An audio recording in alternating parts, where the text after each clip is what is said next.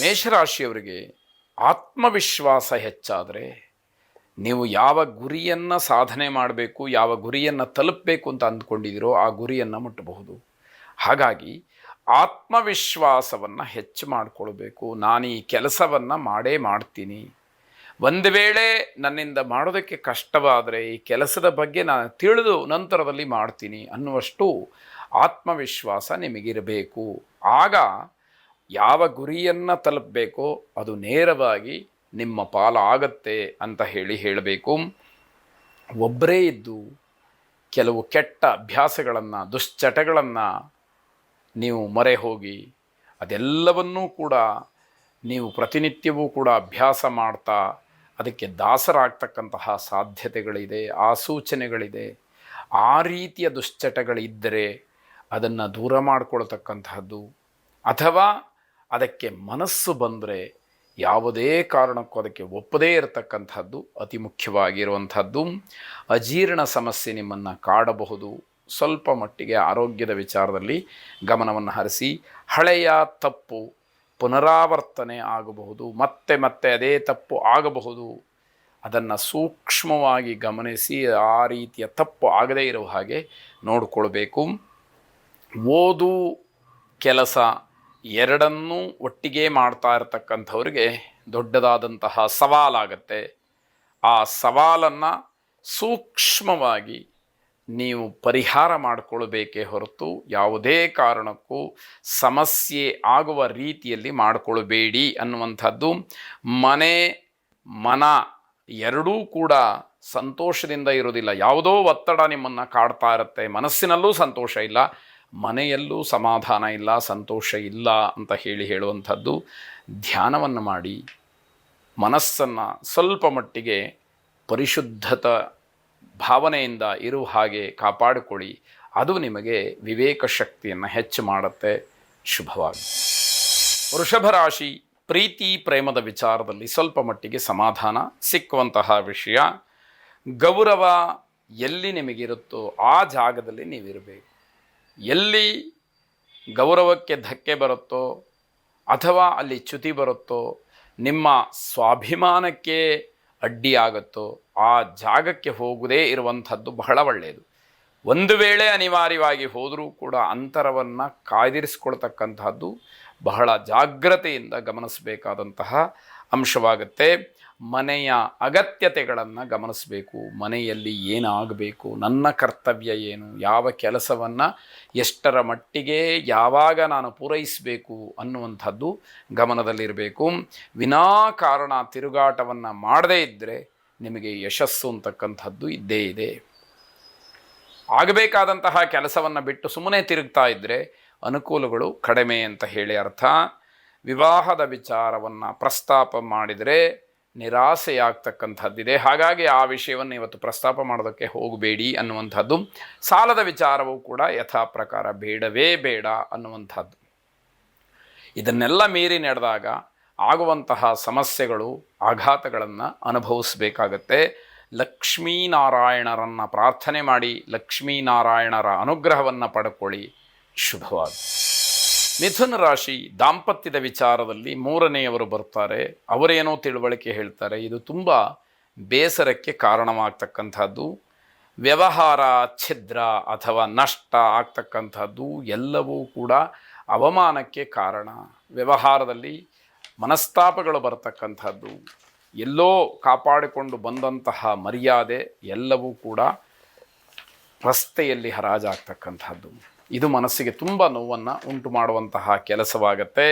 ಲಾಭ ಅಥವಾ ಹಣದ ವಿಚಾರಕ್ಕೆ ತಾತ್ಕಾಲಿಕವಾಗಿ ನೀವು ಹಿಂದಿನ ಪರಿಸ್ಥಿತಿಯನ್ನು ಜ್ಞಾಪಿಸ್ಕೊಳ್ಬೇಕು. ಯಾವ ರೀತಿ ಇದ್ದಿರಿ, ಹೇಗಾಯಿತು, ಇವತ್ತು ಯಾವ ಸ್ಥಿತಿಯಲ್ಲಿದ್ದೀವಿ, ಇದನ್ನು ಜ್ಞಾಪಿಸ್ಕೊಂಡಾಗ ಆ ದುಡ್ಡಿನ ಮಹತ್ವ, ಲಾಭದ ಮಹತ್ವ ಗೊತ್ತಾಗುವಂಥದ್ದಾಗತ್ತೆ.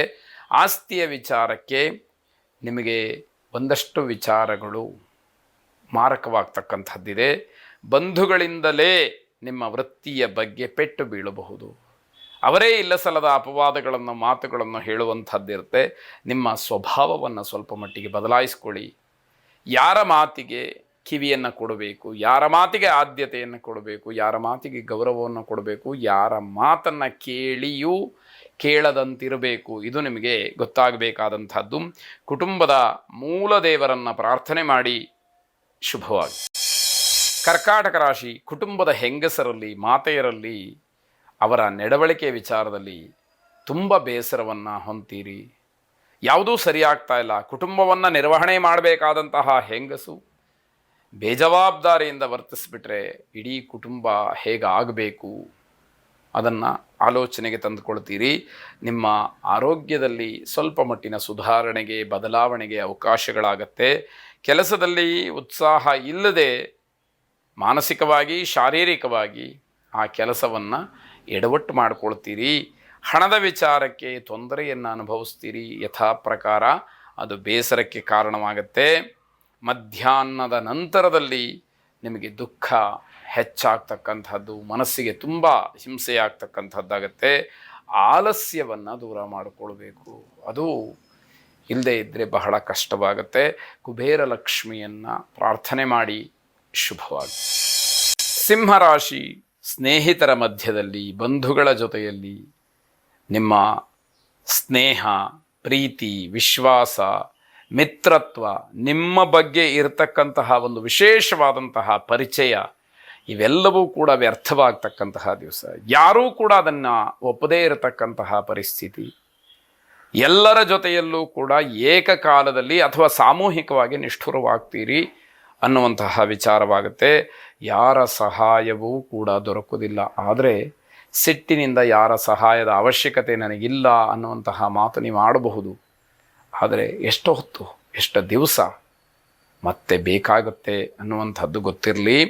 ಸಂಜೆಯ ವೇಳೆಗೆ ಬಹಳ ಬೇಸರ, ಒಂಟಿತನ ನಿಮ್ಮನ್ನು ಕಾಡುವಂಥದ್ದಾಗುತ್ತೆ. ಕುಟುಂಬದ ಸದಸ್ಯರೂ ಕೂಡ ಆತಂಕದಲ್ಲಿರ್ತಾರೆ. ನಿಮ್ಮ ವಿಷಯಕ್ಕೆ ಬಂದಾಗ ಯಾರಿಗೂ ಕೂಡ ಸಮಾಧಾನ ಇಲ್ಲದೆ ಇರುವ ಹಾಗೆ ಮಾಡಿಬಿಡ್ತೀರಿ. ತುಂಬ ಖರ್ಚು, ಜೊತೆಗೆ ಆಡುವಂತಹ ಮಾತಿನಿಂದ ತೊಂದರೆಯನ್ನು ಮಾಡಿಕೊಳ್ತೀರಿ. ಅಷ್ಟು ಒರಟಾಗಿ, ಅಷ್ಟು ನೇರವಾಗಿ ಮಾತಾಡಿದರೆ ಯಾರೂ ಕೂಡ ನಿಮ್ಮ ಜೊತೆಯಲ್ಲಿ ಉಳಿಯೋದಿಲ್ಲ ಅನ್ನುವಂಥದ್ದನ್ನು ಗಮನಿಸ್ಕೊಳ್ಬೇಕಾಗತ್ತೆ. ಅನಗತ್ಯವಾದಂತಹ ಕೆಲಸಗಳಿಂದ ದೂರ ಇರಬೇಕು. ದಂಡ ಅಥವಾ ಶಿಕ್ಷೆ ಇದನ್ನು ಅನುಭವಿಸೋಕ್ಕೆ ಸಿದ್ಧವಾಗಿರಬೇಕು. ಎರಡರಲ್ಲಿ ಆಯ್ಕೆ ನಿಮ್ಮದೇ. ಯಾವುದು ಬೇಕೋ ಅದನ್ನು ಆಯ್ಕೆ ಮಾಡಿಕೊಳ್ಬಹುದು. ಈ ರೀತಿ ಇರುವಾಗ ಸೂಕ್ಷ್ಮಾತಿ ಸೂಕ್ಷ್ಮವಾಗಿ ಎಲ್ಲವನ್ನೂ ಕೂಡ ಗಮನಿಸಬೇಕಾಗತ್ತೆ. ತಿರುಪತಿ ವೆಂಕಟರಮಣನನ್ನು ಪ್ರಾರ್ಥನೆ ಮಾಡಿ ಕಲ್ಯಾಣಾದ್ಭುತ ಗಾತ್ರಾಯ ಕಾಮಿತಾರ್ಥಪ್ರದಾಯಿನೇ ಶ್ರೀಮದ್ವೆಂಕಟನಾಥಾಯ ಶ್ರೀನಿವಾಸಾಯ ತೇ ನಮಃ ಎಂಬುದಾಗಿ ನಿಮ್ಮ ಪ್ರಾರ್ಥನೆ ಇರಲಿ. ಶುಭವಾಗಿ. ಕನ್ಯಾ ರಾಶಿ, ಏನೇ ಸಮಸ್ಯೆಗಳಿರಲಿ ದಾಂಪತ್ಯದಲ್ಲಿ ಒಡಕು ಮೂಡದೇ ಇರುವ ಹಾಗೆ ನೀವು ಗಮನಿಸ್ಕೊಳ್ಬೇಕು. ದಾಂಪತ್ಯದಲ್ಲಿ ಅನುಮಾನವೋ, ವಿರಸವೋ, ವೈರಾಗ್ಯವೋ ಅಥವಾ ಮನಸ್ತಾಪವೋ ಬಂದುಬಿಟ್ರೆ ಬಹಳ ಕಷ್ಟವಾದೀತು. ಅದನ್ನು ಸರಿಯಾಗಿ ಗಮನಿಸ್ಕೊಳ್ಬೇಕು. ದಾಂಪತ್ಯದಲ್ಲಿ ವೈರಾಗ್ಯ ಬರತಕ್ಕಂತಹದ್ದು ಒಳ್ಳೆಯದೇ. ಆದರೆ ಕರ್ತವ್ಯಗಳನ್ನು ಬೇಕಾದಷ್ಟು ಮಾಡೋದಕ್ಕಿರುವಾಗಲೇ ವೈರಾಗ್ಯ ಬಂದುಬಿಟ್ರೆ ಅದನ್ನು ಮಾಡೋರು ಯಾರು? ಇದು ಪ್ರಶ್ನೆಯಾಗತ್ತೆ. ಆದ್ದರಿಂದ ನಿಮ್ಮ ಕರ್ತವ್ಯಗಳೆಲ್ಲ ಪರಿಪೂರ್ಣವಾಗಿದೆ ಅನ್ನುವಂಥದ್ದು ಮನಸ್ಸಿಗೆ ಬಂದಾಗ, ಸತ್ಯವಾದಾಗ ವೈರಾಗ್ಯದ ಕಡೆ ಗಮನ ಹೋಗಲಿ ಅನ್ನುವಂಥದ್ದು. ಬೇರೆಯವರ ಹಿತಕ್ಕೋಸ್ಕರವಾಗಿ ಬಯಸ್ತೀರಿ, ಆದರೆ ಅವರಿಗೆ ಬೆಲೆ ಕೊಡುವುದಿಲ್ಲ. ಯಾರೋ ನಿಮ್ಮನ್ನು ಹೊಗಳಬೇಕು, ನಿಮ್ಮ ಬಗ್ಗೆ ಮಾತಾಡಬೇಕು, ಒಳ್ಳೆಯ ಅಭಿಪ್ರಾಯವನ್ನು ಪಡಬೇಕು ಅನ್ನೋದು ನಿಮ್ಮ ಮನಸ್ಸಿನಲ್ಲಿರುತ್ತೆ. ಆದರೆ ಅಂತಹ ವ್ಯಕ್ತಿಗಳಿಗೆ ನೀವು ಗೌರವವನ್ನು ಕೊಡದೇ ಇದ್ದಾಗ ಅವರು ನಿಮ್ಮನ್ನು ಯಾಕೆ ಹೊಗಳ್ತಾರೆ? ನಿಮ್ಮ ವಿಶ್ವಾಸವನ್ನೆಲ್ಲ ಇಟ್ಕೊಳ್ತಾರೆ. ಅದು ಗಮನಿಸಬೇಕಾಗತ್ತೆ. ಶಿಸ್ತುಬದ್ಧವಾದಂತಹ ಜೀವನ ಏನಿದೆ ಅದು ಸಮಾಜದ ಹಿತವನ್ನು ಕಾಯ್ದುಕೊಳ್ಬೇಕು. ಅದು ನಿಮ್ಮಿಂದ ಆಗಬಹುದು. ಪ್ರಯತ್ನವನ್ನು ಮಾಡಬೇಕಲ್ಲ. ಆ ಒಂದು ದೃಷ್ಟಿಕೋನದಲ್ಲಿ ನಿಮ್ಮ ಮನಸ್ಥಿತಿ, ಮನಸ್ತತ್ವ ಇರಬೇಕಲ್ಲ ಅನ್ನುವಂಥದ್ದು. ನಿಮ್ಮ ಶ್ರಮ ಸಾರ್ಥಕವಾದಂತಹ ಭಾವ ನಿಮ್ಮ ಮನಸ್ಸಿನಲ್ಲಿ ಬರಬೇಕು. ಪಟ್ಟಂತಹ ಕಷ್ಟ ಸರಿಯಾಯಿತು, ಯೋಗ್ಯವಾದಂತಹ ಕೆಲಸಕ್ಕೆ ನಾನು ಸಮಯವನ್ನು ಕಳೆದಿದ್ದೀನಿ ಅನ್ನುವಂಥದ್ದು, ಆ ಶ್ರಮ ಸಾರ್ಥಕ ಭಾವ ನಿಮ್ಮ ಮನಸ್ಸಿನಲ್ಲಿ ಮೂಡಬೇಕಾದಂಥದ್ದು. ಉತ್ತಮವಾದಂತಹ ಹೆಸರುಗಳಿಗೆ ಅವಕಾಶಗಳು ತಾನಾಗಿಯೇ ಬರುತ್ತೆ. ಒಳ್ಳೆಯ ಕೆಲಸಗಳನ್ನು ಮಾಡಿದಾಗ ಜನಕ್ಕೆ ಆ ವ್ಯಕ್ತಿಯನ್ನು ಕಾಣಬೇಕು ಅನ್ನುವಂತಹ ಒಂದು ತವಕ ಹೆಚ್ಚಾಗತ್ತೆ, ಹುಡುಕೊಂಡು ಬರ್ತಾರೆ ಅನ್ನುವಂಥದ್ದು. ನಂಬಿದವರು ಸಹಾಯ ಮಾಡದೇ ಇರಬಹುದು. ಗ್ರಹಗತಿ ಚೆನ್ನಾಗಿಲ್ಲ ಅಂತಾದಾಗ ನಾವು ಹೀಗೆ ಅಂತ ಹೇಳಿ ಏನನ್ನೂ ಕೂಡ ನಿರೀಕ್ಷೆ ಮಾಡೋಕ್ಕಾಗೋದಿಲ್ಲ. ಯಾರನ್ನೋ ನಂಬಿ ಯಾವುದೋ ಕೆಲಸಕ್ಕೆ ಮುಂದಾಗ್ತೀರಿ, ಆ ವ್ಯಕ್ತಿಗಳು ಸಹಾಯಕ್ಕೆ ಬರದೇ ಇರಬಹುದು, ಏನೋ ಬೇರೆ ಸಬಬನ್ನು ಹೇಳಿ ತಪ್ಪಿಸ್ಕೊಳ್ಬಹುದು. ಆಗ ನಿಮಗೆ ಸ್ವಾಭಾವಿಕವಾಗಿ ಆಘಾತವಾಗತ್ತೆ.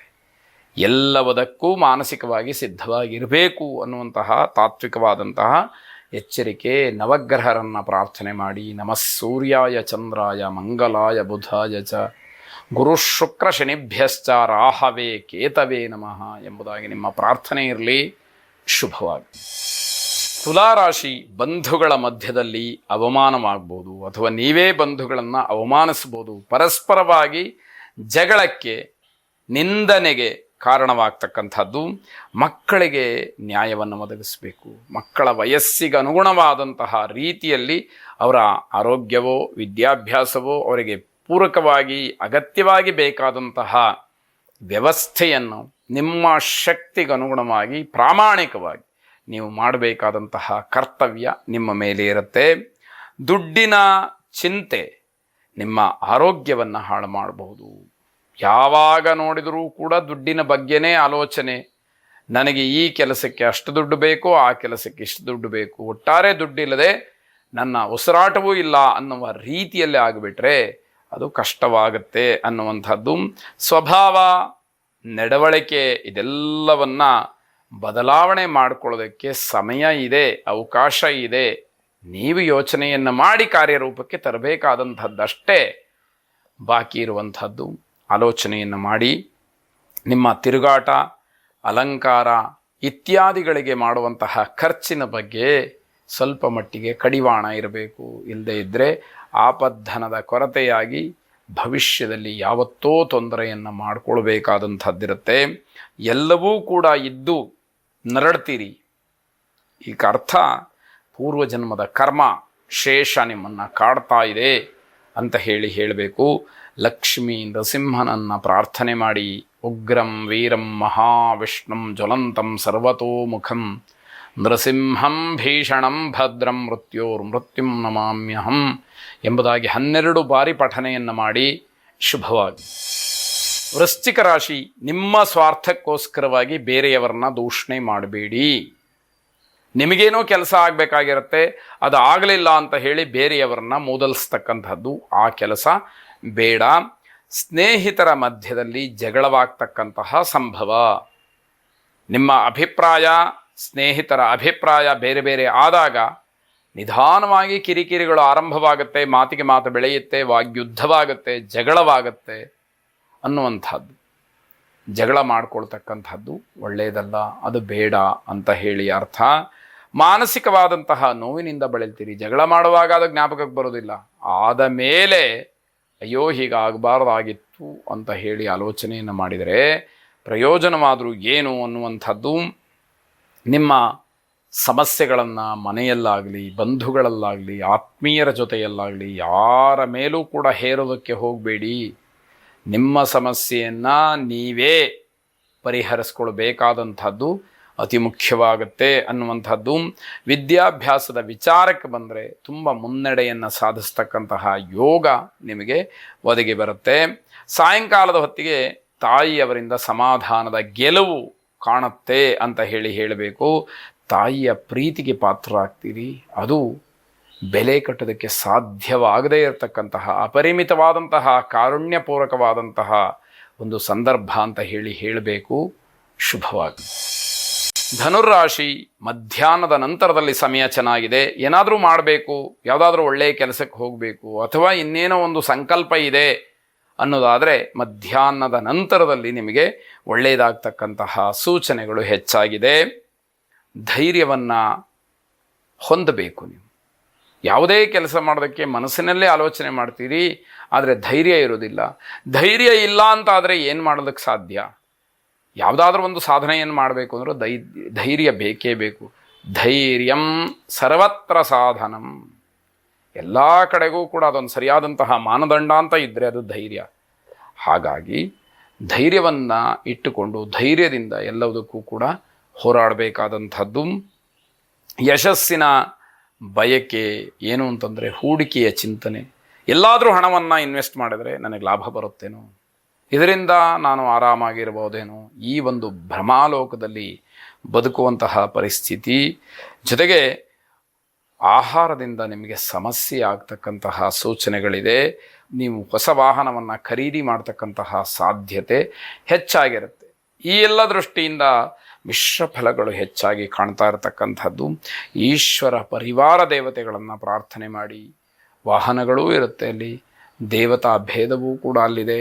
ಈಶ್ವರ, ಪಾರ್ವತಿ, ಗಣಪತಿ, ಸುಬ್ರಹ್ಮಣ್ಯ ಅವರವರಿಗೆ ಅವರದ್ದೇ ಆದಂತಹ ವಿಭಿನ್ನ ವಿಚಿತ್ರವಾದಂತಹ ವಾಹನಗಳಿವೆ.